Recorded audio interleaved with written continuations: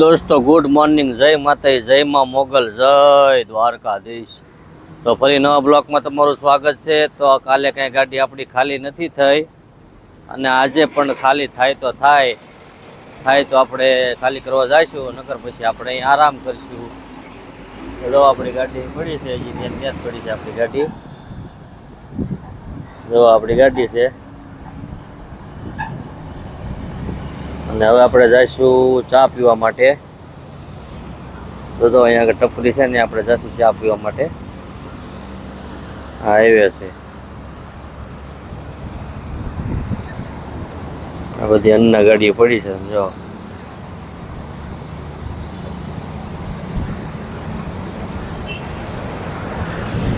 તો ચાલો ચા પીવા માટે જઈએ।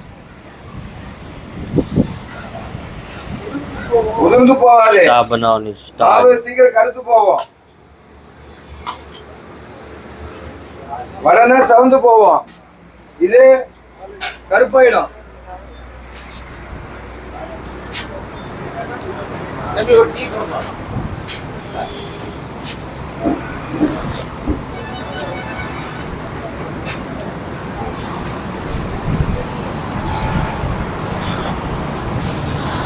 સામે દરિયો દેખાય।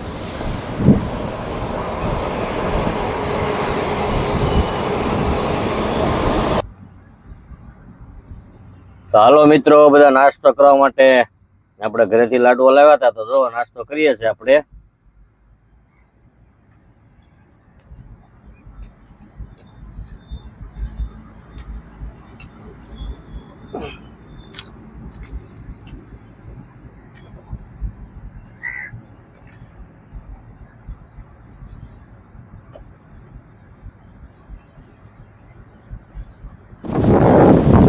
તો ફાઇનલી અત્યારે આપણે પહોંચી ગયા છે દરિયા કિનારે।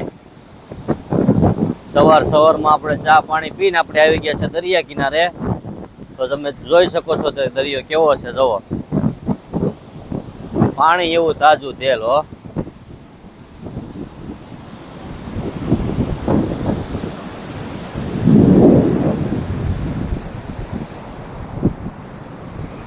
જો કેવો દરિયો છે જો।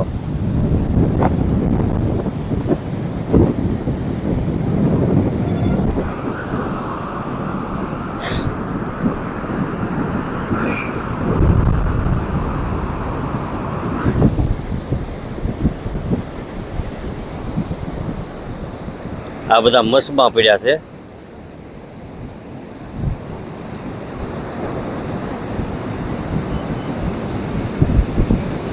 અત્યારમાં બધા જઈ જઈને વી આવ્યા છે। હવે પાછા રાતે નીકળશે કાકીનાડા બાજુ જાય અહીંથી।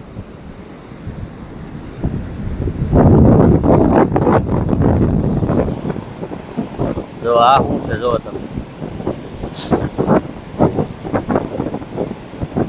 તમને ખબર હોય તો જરાક કોમેન્ટમાં કરજો।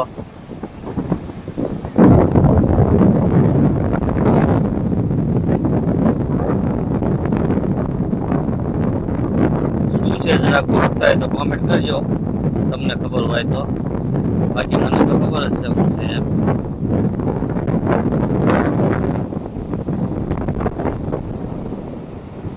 આ છે ભાઈ ચેન્નાઈની મોજ।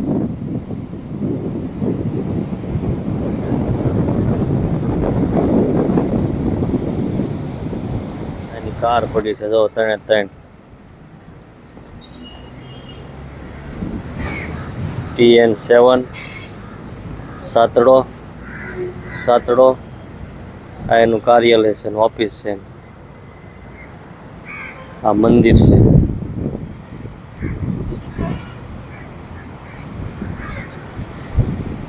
જોરદાર નજારો છે મંદિરનો।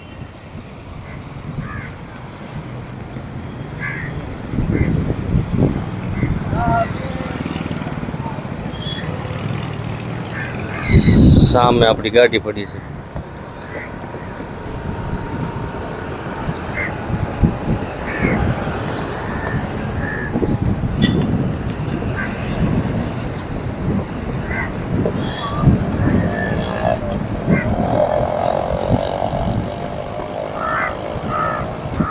ફાઇનલી અત્યારે આપણે જો પહોંચી ગયા છે પાછા દરિયા કિનારે.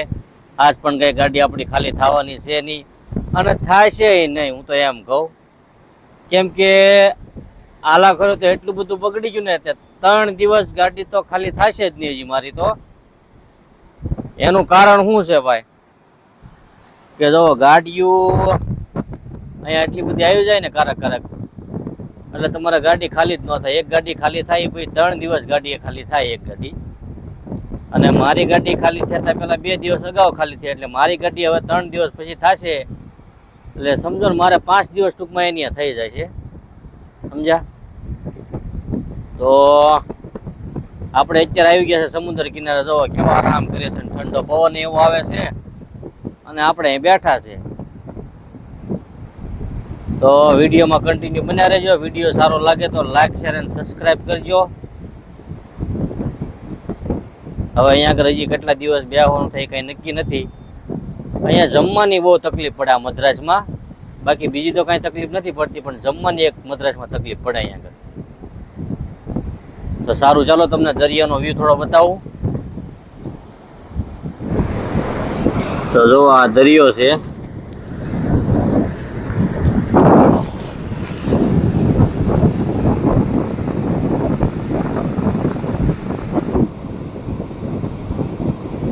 દરિયો પાણી એવું તાજું તેલ જેવું હો. પણ અહીંયા સમજો ઠેઠ ઊંધી ભારો ત્યાં સુધી દરિયો જ છે.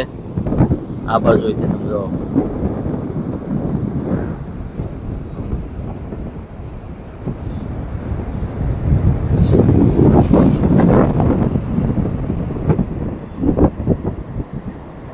મજા આવી જાય. પણ અહીંયા આગળ ટાઈમ વયો જાય, પણ એક જમવાની એક તકલીફ પડે અહીંયા આગળ. બાકી ટાઈમ તમારે વયો જાય અહીંયા આગળ દરિયા કિનારે. પણ હવે આપણે ગાડી મૂક્યા વગર તો કાંઈ ખાલી કર્યા વગર તો આપણે વયું ન જવાય. તો આ છે ભાઈ દરિયાની મોજ.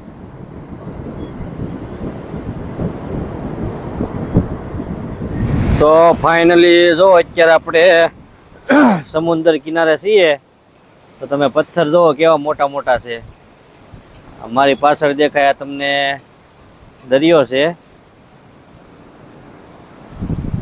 દરિયાની બાજુમાં બધું ફેક્ટરી છે, પોર્ટ.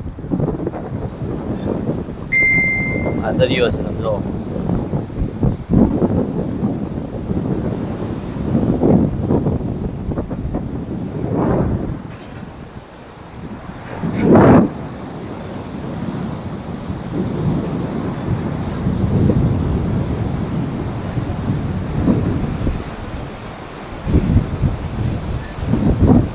પથ્થર કેવા છે મોટા મોટા, તમે જોવો ખરા.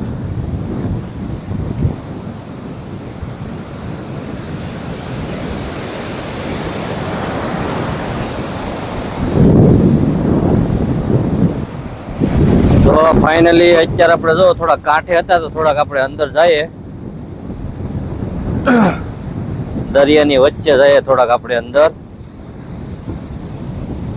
એટલે કેવા લોટ ઊંચા ઊંચા આવે ને તમને દેખાડું. જો આપણે આ પથ્થર ઉપર હાલ્યા જઈએ છે. આવા પથ્થરા છે, એની માથે આપણે હાલીને જવાનું છે. ઠેઠ ખુલ્લા ખૂણે જવાનું છે. તો ફાઇનલી અત્યારે આપણે પગી ગયા છે દરિયા કિનારે. હા, આપણે અંદર આવ્યા છે. તો જો આ દરિયો છે મારી ફરતે. આપણે ઉભા છે પથ્થરની પાર ઉપર ઉભા છે આપણે. જો આ દરિયો છે, પડખે આપણે લઈએ છીએ.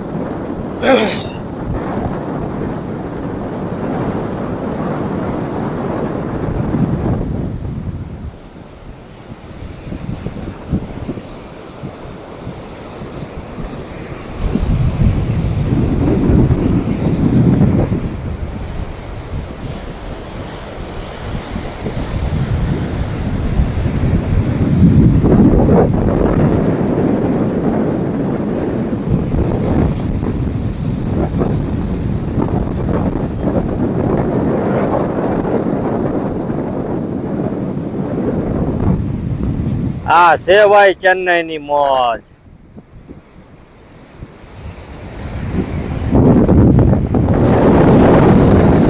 કેવા લોટ મોટા ને મોટા આવે તો જો.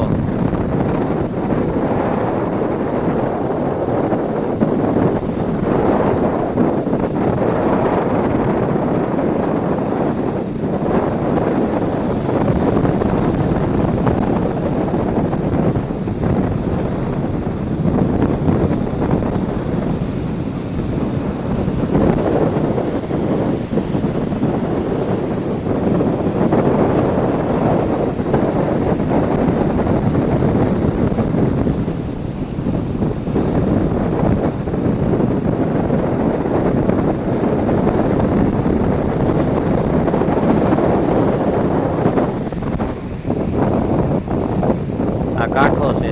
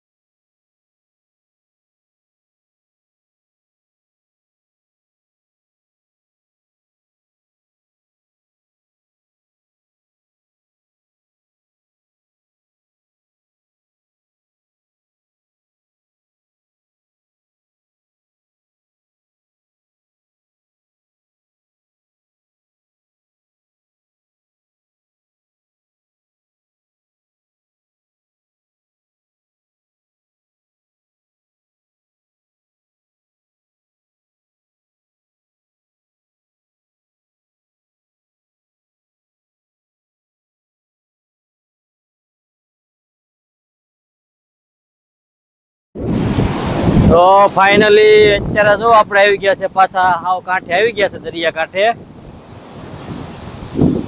જો આવો દરિયો છે ભાઈ, જો ઠેઠ આવી ગયું પાણી. જો અને પાણી હાવ તાજું તેલ હો.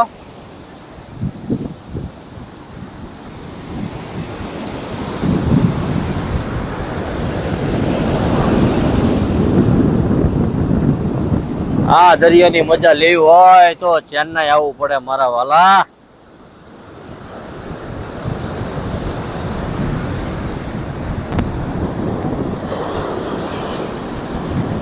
છે ને દ્વારકાધીશ જેવું.